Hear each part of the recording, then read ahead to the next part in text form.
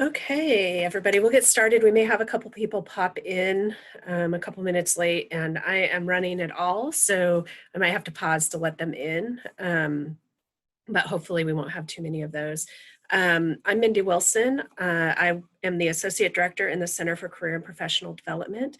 I see a couple names I recognize. You may know me because I'm also your career counselor for if you're a humanities student, but another part of my job is that I'm in charge of internships at Center. So we are hosting this Emerging Professionals presentation about internships to help everybody kind of get a sense for what internships are like at Center, and also maybe see what opportunities might be available, how to find them, and hopefully answer some of your questions. We only have a short period, so I won't go over every single detail. I'm happy to answer any questions. Feel free to put them in the chat. I may put off answering that question if I'm going to talk about it later, but if I'm able to, if it's something that I can answer right then and that's helpful, then I'll do that too. But I always recommend that after this, because this is an overview, to talk to your career counselor about your particular situation and the things you're looking for, because we can help you with that a lot easier when we know what your situation is. So I am going to share my screen so that you can see the presentation. Hopefully you can still see my little talking head. If not, that's okay. I am going to do a quick poll though. I'm curious about what year you are. That will help me a little.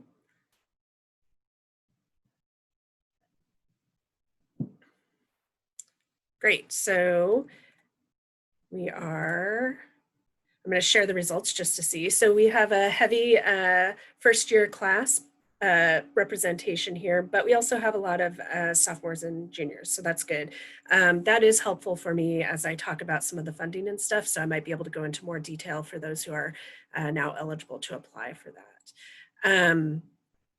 I'm also curious about if you've participated in an internship before, whether it's been at Center or not.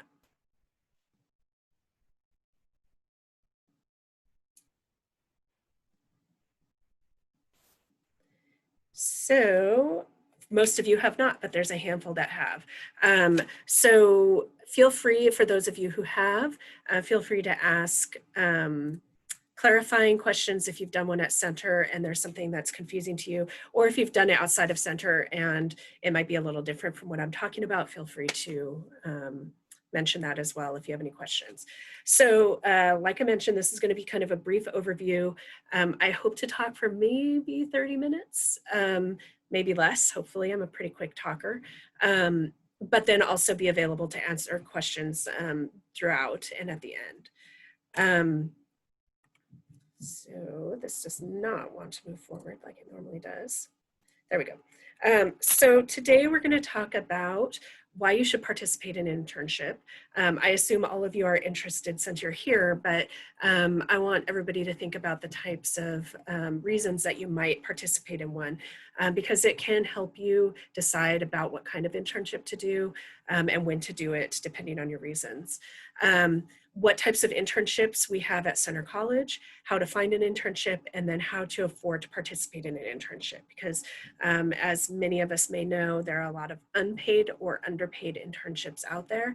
And I do know that can be a burden for students. So we want to talk about what kind of support we have for that. So why participate in an internship?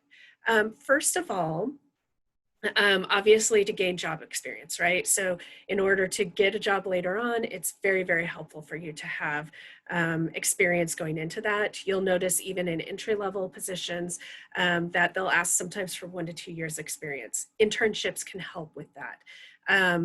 And even some internships require previous experience. So if you want one of those top internships by the time you graduate, sometimes you need some of those beginning experiences to be able to get there. It also allows you to test drive a career or multiple careers. So if you are trying to decide, you think you know what you want to do, or you have several options that you're considering, internships can help you make that decision. You can try it out, see what it's like, and see what you like and don't like about that career field. And that can help you make a better decision going forward. You can gain marketable skills. So say you go and get job experience or internship experience and you're test driving a career and you don't like that career. You do the internship and you're like, yeah, that's not really what I thought it was and I don't want to do that anymore. It's not a loss. You can gain those skills through an internship that will make you more marketable for your next step. And I think that if in that case, I always highly recommend you talk to your career counselor about what those skills are, what you learned. We can help pull that out and help you market it for your next experience. It reinforces what you learn in the classroom, and vice versa. You learn stuff in the classroom, you go out and try it. Sometimes when you try it, you realize that some of the things in your classroom aren't complete, or it might give you some motivation to do a little bit more digging into the stuff you're learning in the classroom. It can enhance your chances of post-graduation employment and acceptance into grad school. Having these experiences really boosts your resume and your grad school application process. And networking.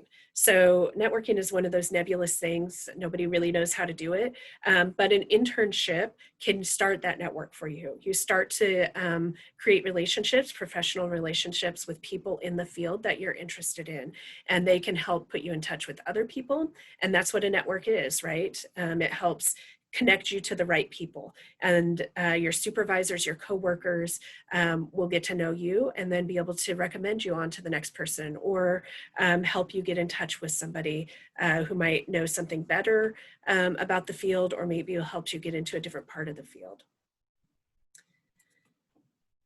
So center college internships. We have two types of internships, a non-credit internship and an academic credit internship. As you'd guess, a non-credit internship does not give you academic credit for that experience. It's not included on your transcript, although you should include it on your resume. And it usually occurs during the summer, partially because you all are so busy during the regular year that it's often difficult to add a non-credit experience onto an already busy schedule. That doesn't mean you can't do it. I know of 3 students right now at this fall doing a non-credit internship because it just didn't fit into their schedule, but they still wanted to participate in these experiences. There aren't any restrictions on class year. You could participate in a non-credit internship in any class year, and our office and the college does not put any requirements on that internship. So hours-wise, things you have to do, that's up to you and your supervisor to decide on. Academic credit internships, as you would guess on that one, you actually receive academic credit as one of your courses. So you would register for the INT 400 course, and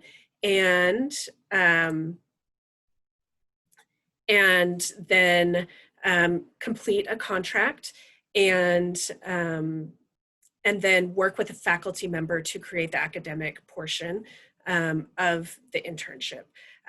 You have to work with that faculty member. You choose who that is. It can be an advisor. It could, we recommend that it's somebody who's at least familiar with the field you're doing your internship in.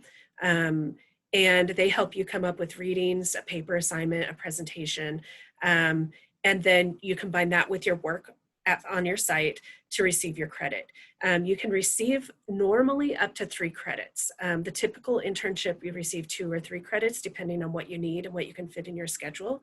But if you are doing your internship as part of the DC program or the New York program that hopefully will start next fall, you will receive 6 credits. We don't encourage 1 credit internships because it doesn't really require enough hours for you to get the experience you're looking for. But you can receive it and do it as one of your courses. This can occur any time of the year. Fall, spring, and center term are the typical times students receive credit, partially because your tuition's already included in your comprehensive fee. So this is just one of your classes. You don't pay anything extra. During the summer, we do have a handful of students who receive credit for different reasons. One, because they want to, or sometimes the employer requires it. That means that though, because summer isn't covered by tuition for the school year or by your financial aid, you must pay tuition. Right now, we have a special rate that we've worked out with the school to cover the costs of your internship. There are administrative costs for the summer. So currently it's $350 for a 1-credit course. And $375 for 3 credits. That's the only thing. Those are the only two. And the 1-credit course is saved for specific circumstances, which we would let you know about if you fill in that. So most students will pay $375 for a 3-credit internship in the summer. It's the cheapest class at Center. There are some restrictions related to academic credit internships. You have to be a junior or senior, and that's in hours standing, not your class year. So if you came into Center with a semester's worth of AP credit or transfer credit, and by the end of the fall term, you are considered a junior, then that next spring or Center term, you could do an internship for credit. And then also we do require a minimum number of hours for you to work on site, depending on how many credits you're getting. So usually most students get 3 credits, and that's 120 hours of work that you need to do to get that credit. There are other assignments, like I said, the readings, the paper, and then some smaller things that my office requires you to do, some assessments and things like that. But those requirements are pretty minimal. I do see I have a question. It finally popped up. I saw that it was there, but I couldn't get to it. Dan asked, does an independent study with a faculty member count as an internship? No, not usually. We do have a handful of faculty who offer actual internships. So in the history department, Dr. Strauch and Dr. Harney have a podcast internship for their history students, and that those students will help with the research and creating the podcasts. That is different though than an independent study. And we have a couple of faculty members who are editors for journals for something that they work with. Sometimes they'll take on interns as well. An independent study is something completely different. That is usually a course or some sort of independent research that you're doing with a faculty member, and there's a special designation for that course, what that course is called. I hope that answers your question, Dan. So how do you find an internship? So first, talk to your career counselor. We will be able to direct you to some of these resources that I'm showing you here, but also depending on your situation, we might be able to direct you to some other resources that we know about. These are our general resources, but if you say are a PT student, a physical therapy student, and you are interested in doing an internship in the Danville area, we have a list of physical therapists in Danville that will work with students in internships. And so we can give you those names and the contact information for you to reach out to them. So number one, and you'll hear this all the time from our office, talk to your career counselor, but really that's the most helpful thing you can do, because we get to know you and then we can help you tailor resources to what you're looking for. Check out Handshake. I am going to show you Handshake quickly now. I assume you guys all have, oh, sorry, this is my administrative account. It's not as pretty as the student account. So this is, if you were a student, this is what you'd look at. I assume all of you have signed into Handshake because you're all here and that's where the event link was, but you can go search for internships under jobs. There are lots of filters here. You could do a quick filter with internship. But if you go to all filters and scroll down, there are lots of ways to look. So some students only want paid positions. I would recommend, if you're looking for an internship, look for both paid and unpaid, and you can create different searches for this, but the paid roles are going to be limited. You can do all sorts of things looking for the different kinds of fields you're looking at. But the most important thing to know at the bottom is this labeled by your school. If you go there, you can search. So say you're looking for center term, you can search for a center term internship and then show those results. And right now we have 42 center term internships available. Now to get back to my Prezi. So I just wanted to show you a quick search on Handshake. I don't want to spend all my time looking at that. If you have questions about Handshake, I know that first year students specifically, you have not been introduced formally to Handshake. You will have that introduction in your FYC course, I think coming up soon, the next couple weeks. But if you ever have any questions, your career counselor is happy to answer those questions. And we have lots of peer educators who are students who are working with our office to help you with some of these introductory issues. So you can always stop in to their drop-in hours via Zoom right now. Usually we do that in person, but you can drop in via Zoom. We have been sending out those, the Zoom link in our weekly newsletter that you should all be getting. So feel free to go there and ask them for help too. Trey is asking a quick question. I'm going to go back. I'm going to answer this because it was on the last slide. Do you have to be a junior or senior for the center term internships? Yes, you do. Because during center term, you're only registered for one course. And in order to register for INT 400, you have to be a junior or senior. Technically, you could take a leave of absence, but that can be messy for students for your registration at center, and then also financial aid. So we don't recommend first years and sophomores doing center term internships for credit. And if you're a first year, you need to experience a center term first before seeing if you can do one for non-credit. So you could do a non-credit internship during center term on top of your course. I do think that's a lot of work though, and for such a quick period. Again, though, if you get to center term and you have junior standing, even though you're only a sophomore, you can get credit during that time. What I do is talk to the registrar's office if you think you're close to that, to find out if you were to pass all your fall classes, would you be a junior at junior standing by the center term? Trey, I hope that answers your question. You can clarify if you want more. Okay, so more resources. We have a summer internship resources page. And if you go to CenterNet, we're always under campus resources right there. And if you go to our home page, there's a lot of information over here. But if you go to find an internship, there's even more information. And if you go to the summer internship resources, there are a lot of different resources, general internship search sites, but then also some specific to different majors and industries. So feel free to go check that out. It does say summer internship resources, but it doesn't mean that the places won't offer them at other times of the year. I always recommend students take a look at that for all sorts of resources. And then you can always reach out if you want to do one during center term with a certain organization, reach out to them and see if that's possible. Center term is kind of an odd term. Usually I call it outside of center a January term. A lot of organizations know what a January term is or a J term.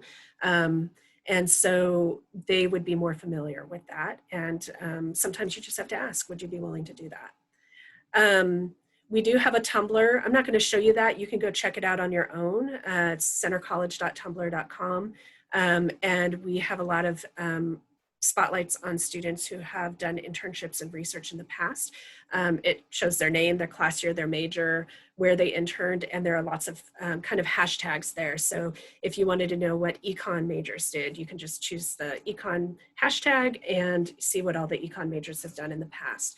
And if the student is a current student, you can always reach out to that student. Or if you want information about their internships, we most of the time have the information for the supervisors and the organizations that those students did internships with. So you can reach out to your career counselor and say, hey, I found this internship that Mindy Wilson did at Farmers National Bank last center term. Can you give me the contact information for that? And we have that available for you. Talk with a professor or an alum who studied or worked in the field you're interested in. So for example, say you're interested in archaeology. We actually have 2 archaeologists on campus right now. So Dr. Cutright, who's in Anthrosoc, and oh gosh, I forget, somebody in religion. We have somebody in religion who's an archaeologist as well. And so if you know they're an archaeologist, go talk to them and say, hey, I know you do archaeology. What do you recommend I do? Do you know of anybody who's doing any digs this summer that I could get involved in? And often especially if you know them and you've created a relationship with them, they'd be more than happy to connect you to people. We can help you with finding alumni who are doing similar things to what you'd like to do as well. Talk to family and friends, put it out there, start telling people, I'm looking for an internship in finance, who can help me? This is your family and friends are your first set of network. Use that network. And then finally, just look up companies you're interested in and ask them about internship possibilities. They may have information on their website about their internships, and awesome. You should be, before you ask about their internship opportunities, check their website to see if they have anything listed. But if they don't assume they don't have internships. It just means they haven't either listed the internships they have, or they haven't taken an intern before, but they might be willing to talk about it. They especially like people who take initiative and who are motivated. So if you contact them and say, do you have an internship program, or would you consider taking an intern? A lot of them will at least have that conversation with you. There we go. So affording to do an internship. This is one of the biggest questions I get. So a lot of students can find internships. We have lots of resources for you, but affording them can be the difficult part. Partially because if you're not living at home to do it, if you get this really great internship in Washington, D.C. and you don't know anybody there, then you have to pay for housing, you have to pay for food, you have to pay for transportation, and that can add up to a lot of money. So some recommendations I have. One way to make an internship affordable is to do it during spring, summer term, or fall term, and do it either at home or near some place where you have housing available to you, a grandparent, an aunt, uncle, something like that, or doing it near campus so that those cost of living costs are covered, either by your friends and family or by center, or by your tuition that you're already paying. Or find an internship that pays. I mentioned earlier that internships that pay are rare, and it was getting better. To be frank, by last center term, I'd seen a lot more internships that pay, but with the current conditions and the recession and COVID, there are fewer. That number is going down again. So. You can look for internships that pay, but as I mentioned when we were looking at Handshake, widen your search to internships that don't pay as well, because you can get some really great experiences where they don't pay you, but then that's where these next two options come into play.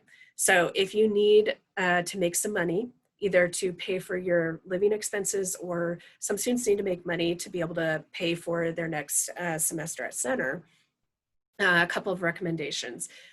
You can try to arrange for a part-time internship. So say you find this really cool internship, it's usually full-time, but they don't pay. If you approach them and say, look, I'd really love to apply for your internship, or they offer you the internship and you say, I'd really love to take it, but you don't pay and I can't afford to do a full-time internship with no pay. Would you be willing to make that part-time? A lot of places will. A lot of places realize that when they don't pay, they're making it, putting a hardship on students. And so a lot of them will arrange for alternate schedules, and then go find a part-time job that does pay. Go work at Starbucks or in a restaurant, or at the mall or something. Or if that's not a possibility, we also have funding at center that's available that you can apply for. So I'm going to go through a little bit about that to give you a little bit more information. So eligibility, you must be currently enrolled at center when you're doing the internship. So going back to that question about center term, and if you withdrew to do a non-credit internship, then you're not currently enrolled at center and you're not eligible for funding. Or the summer after you graduate, you're not enrolled the summer after you graduate because you have matriculated and you're gone. So you must be enrolled at the college. You have to be a junior or senior status at the time the internship is to occur. And this is the same issue as with credit. You have to have the number of credits to be a junior to be eligible for funding. And then students whose projects will be funded from another source are not normally eligible for our funding. So If you are a Brown Fellow and you receive funding already through your Brown Fellowship, then you're not eligible for this funding. Or if you receive a big grant from an outside organization to do your funding or to do your internship, you're not normally eligible. We do have some students who get smaller grants. So say like Bonner, if you're a Bonner student and you get a little bit of money in the summer for your summer of service, but you need more than that, you can sometimes apply for that difference. So say your internship is going to cost you $4,000 to do, you get $2,500 from Bonner, you can apply through us for $1,500 extra dollars. So if you are getting money from another source, but it's not quite enough, feel free to talk to your career counselor and see if you are eligible, because there are some situations where you may be eligible to apply for a little bit more. So grants are selected for extraordinary internships during summer term and summer. We only have funding for summer term and summer. We have more money for summer internships than we do for summer term. And that's because, frankly, summer internships tend to be more expensive. They're longer. Students go further away. And there is an application process that you have to apply for it. So it's not guaranteed to any student, and it is competitive. So you're competing against your fellow students for this funding. And so we are looking for strong internships with strong learning experiences. So financial need is part of that. Also kind of new experiences and experiences that are going to cost more. As an example, if you have a good experience, but you're able to live at home and your expenses are pretty low, you're going to be, that's going to be a lower priority than a student who is moving across the country, is going to have to find an apartment, pay for their plane ticket and for metro tickets to get to and from work. That is going to be a higher priority because their financial need is higher. The funding ranges from it's up to $1,000 for center term internships, or for summer internships, it's usually between $2,000 to $5,000. $5,000 is rare, though we do have a couple funds that can go up to $5,000. The average summer 2019 award was $2,500. I left 2019 on there because summer 2020 was messy for everyone, and it's not accurate. That if I did the award average for this summer, it wouldn't have been an accurate description of what we normally do. And I'm hoping that next summer we get to go back to normal. So the average award is about $2,500 in the summer. That's been pretty steady. And that is for several reasons. One, some students ask for less. So we ask for you to give us a budget. And so if you only need $1,000, then we will give you, if we think that it's worthwhile, then we'll give you $1,000. And some students are asking for $4,000 to $5,000 because theirs are much more expensive. So that's one reason that the average is around $2,500. The other reason is that we will go through your budget and make some decisions. We may not have enough money to give you everything you need, but we may have enough to give you part of it. And we'll figure that out from your budget about what we think the most desperate need is through your budget. I do have a question from Alex. Are these grants only for unpaid internships? They're for unpaid and underpaid internships. So unpaid, definitely. Underpaid means that you're just not making enough to be able to pay for what you need to be able to do this internship, or it's a small stipend or something. We do have a maximum amount you can receive from all sources. So the maximum you can receive to be able to be even eligible for our funding is $5,000. So if you're doing an internship, and we've had this last couple summers, we've had a couple internships that were paying students $7,500. If you find an internship that pays you $7,500 for the summer, 100% take that internship. It's an excellent pay for an intern, but those are not common. But anyway, so $7,500, you're not eligible for funding because you are over the $5,000 limit. But by underpaid is if you are getting paid $2,000 for your internship, but you're going to need about $4,000 to be able to do that internship, we consider that underpaid, and we can go up to $5,000. So the maximum, if you were getting $2,000, the maximum you could get from us is $3,000 to get you up to $5,000, if that makes sense. Again, most students don't get up to 5,000. Usually the range is between 2,000 and 4,000, though there are a couple of options for $5,000 if needed. So to apply, there is an internship funding guide on our website. If you go back to our CenterNet site and go to the internship menu, there is a internship funding, a couple links for that. There's a guide there that should answer a lot of your questions. And then there's a FAQs page that should answer kind of the weirder questions that come up, but that are common. And that gives you a lot of information about the application process, contract requirements, what proposal, what kind of money there is, how it's paid, things like that. What you have to turn in a proposal is a completed internship contract and a completed internship funding application. So the contract can be for non-credit or for academic credit. For center term, because you have to be a current student, the center term internships have to be for credit, but the summer internships can be for credit or non-credit. We don't care. And then, so we have to have that contract. That contract basically tells us and confirms with us what you're doing for your internship. And then the funding application asks the questions we need to consider you for funding, the budget. There are a couple of short, essay is a strong word for what we're asking for, but kind of short answer questions about why this is connected to what you want to do, what you've done in the past to get to this point, things like that. And then finally, the application deadlines.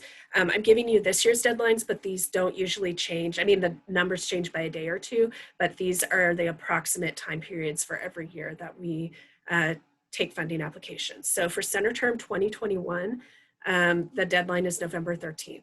That is relatively early, but we need at least a couple of weeks, especially because Thanksgiving is in there. We need at least a couple of weeks to review these. There are lots of people on campus, staff and faculty that review them for us and rate them for us.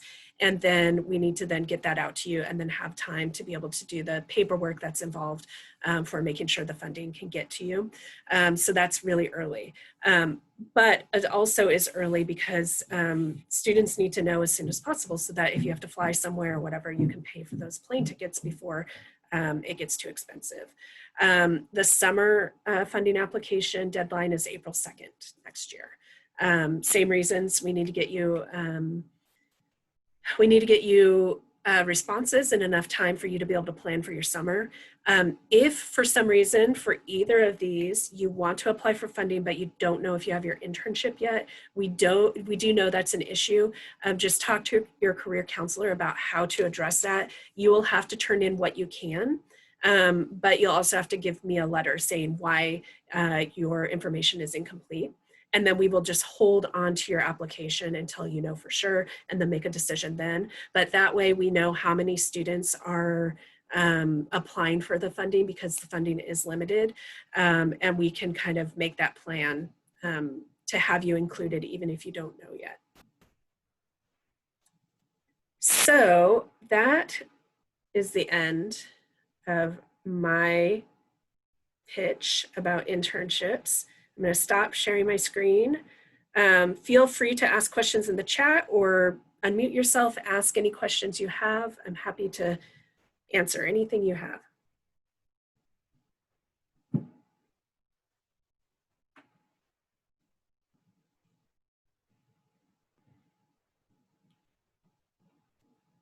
How do you know who your career counselor is? Good question.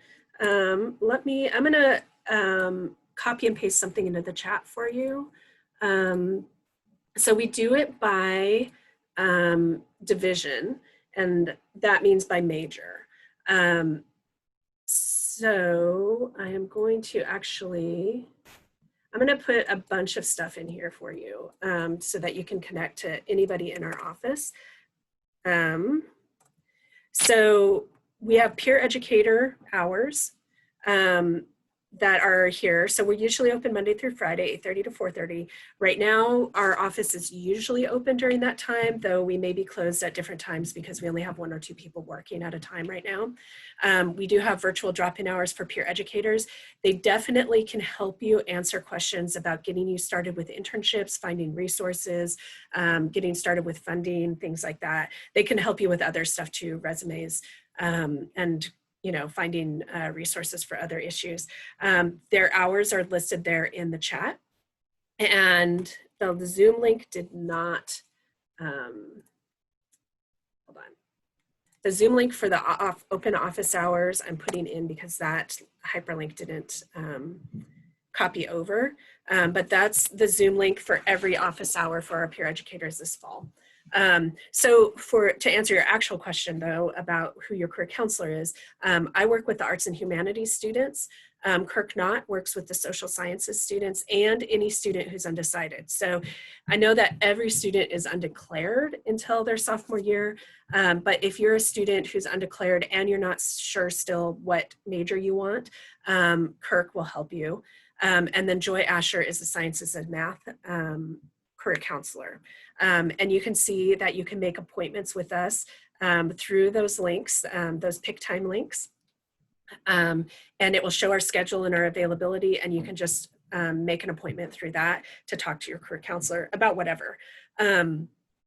If you still don't know who your career counselor is, just email careers@center.edu, ask them, and they'll, whoever's working the main email account that day will walk you through that. So more questions. Emily asks, is the for credit internship course only available once? Good question. And if you were to do one this center term and then want to do it again during another semester, do both count for credit? You can take INT 400, you can take up to 6 credits in INT 400 to count towards graduation. So typically students will do that twice if they're going to do 2 internships for credit, 2 3-credit internships. So if you were to do one this center term, you'd use up 3 credits because all center term courses are 3 credits. And then you'd have 3 credits left to use elsewhere. So you could do it during another semester for credit. Some students have gone over 6 credits. Technically, you could do more than 6 credits, it's just that anything over that 6 credits is dead credit. It doesn't count for anything. So you need to make sure that if you were to do 3 for credit, for example, and get 9 credits, that you have 3 extra credits elsewhere to get you to graduation. That's pretty rare. We've had a couple students do that. They were ahead and had extra credits to spare, and they wanted to do that. That's fine. Most students do 1 or 2 internships for credit. And then Sarah asked, how do we check what our class is from credits, like whether you're technically a grade above? I would check with the registrar. I want to say, and I usually put this somewhere, I think it's like 54 credits to be a junior, but I prefer for students to talk to the registrar to make sure that's correct, because every once in a while those change and I don't know about it. So what you want to do is just reach out to the registrar, find out, and you can also look at your kind of transcripts on CenterNet on the student portal to see how many credits you have on your transcript. It will always say, but the registrar would know for sure what the number is to get you to junior credit standing and when that would happen for you based on the idea that you're passing all your classes. Do we have a resource page specifically for research and internships with faculty? We do not. The faculty run their own research agendas, which means that they also have to apply for funding to take on students. So the faculty run that on their own. That can be confusing for students, and we understand that. My recommendation is that if you're interested in doing research with a faculty member, that you figure out which faculty members are doing research on topics that you like or are interested in, and start creating a relationship with that faculty member. Even if you've never had them, go talk to them. Our faculty are super nice people. They want to connect to the people who are interested in their research. So if you're interested in insects, Dr. Galitovich is super interested in work on insects. So if you don't know Dr. Galitovich, go talk to him and say, hey, I really love insects and I want to learn more about them and do some research. Let's talk about this. What opportunities might be available with you next summer to work with you? That's a little harder too, because you have to know what the faculty are doing. Talk to your career counselor. We can usually help you narrow down who does what. And if we can't, then we'll find out for you. And what I do recommend, Dan, is that there is next week, I believe it is on next Thursday, there's another session like this, but about research. So this one's about internships in general. Next Thursday's is about research, both on campus and off campus. And, you know, research is very, very similar to internships. So some of the things that you'll hear there are going to be the same, but geared towards research specifically. So if you're interested in research with a faculty member on campus or through a lab or something off campus, I'd recommend going to that one. I will say that for funding, we do consider off campus, so non-center faculty sponsored research. We do consider that as an internship, and those you can apply for funding for those. If you're doing research with a faculty member on campus or a center faculty member, you might be off campus with them, but a center faculty member, that is not eligible for internship funding. They have their own funding system for that.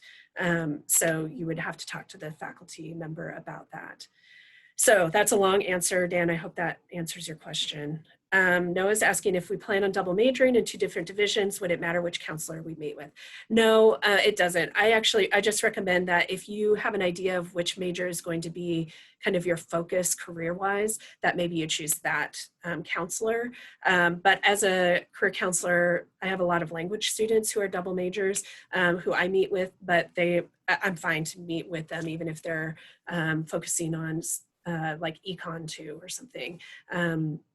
So if you do have a leaning, kind of an inkling about which one is going to be more, right now at least, your career focus, then go with that person. Otherwise, you know, flip a coin. It doesn't matter. Or you could ask us, you know, tell us, you know, reach out to both of them and say, here's my deal. Who do you suggest I meet with? And we can work it out together in our office. These are all good questions. Anything else that I can answer or that I didn't clarify enough for you?